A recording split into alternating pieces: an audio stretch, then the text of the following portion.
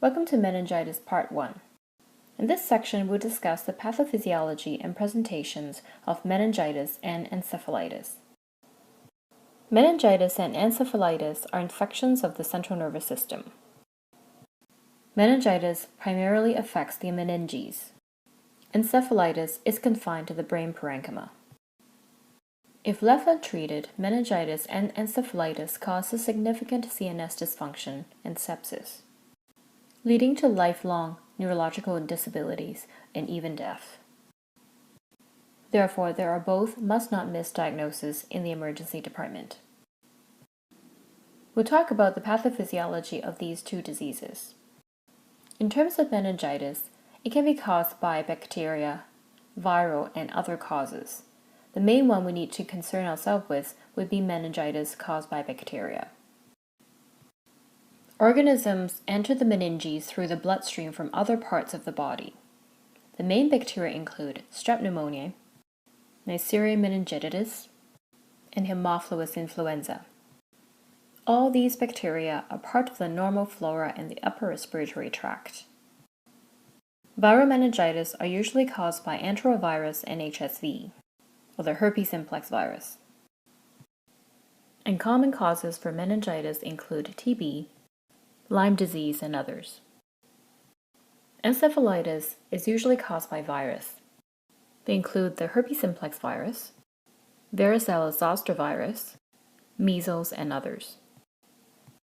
In terms of at-risk population, as with most infection, they include patients who are immunocompromised, such as those on chemotherapy, malnutrition, chronic steroid use, and those who have not been vaccinated. Another reason is if there is any break in the blood-brain barrier, the bacteria are more likely to invade. They include reasons such as surgery, trauma including basal skull fracture, or indwelling hardware such as VP shunts. Let's move on to presentation. In terms of history, patients with meningitis may complain of fever, headache, neck stiffness or pain, although less than 50% of patients have this classic triad for meningitis, particularly if it is early. The associated symptoms include decreased level of consciousness, either into confusion or lethargy. They can also include nausea, vomiting, and photophobia. Atypical symptoms can also occur, particularly in the elderly or infants. These two groups might only have lethargy or decreased level of consciousness without headache or neck pain.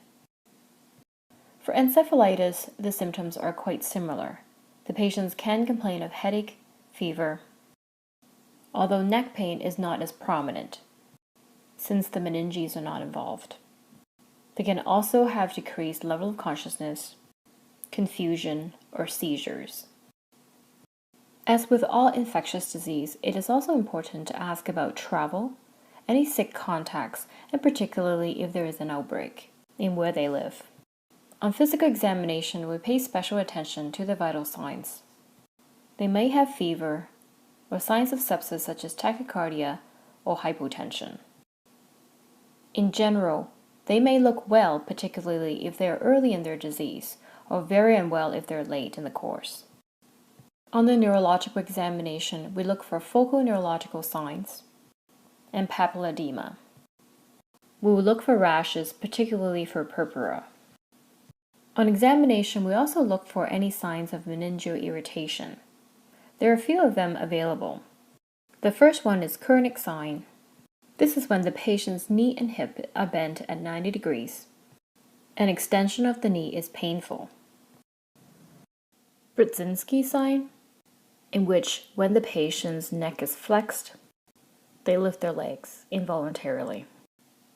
Nuchorigidity, which the patients have difficulty flexing their neck.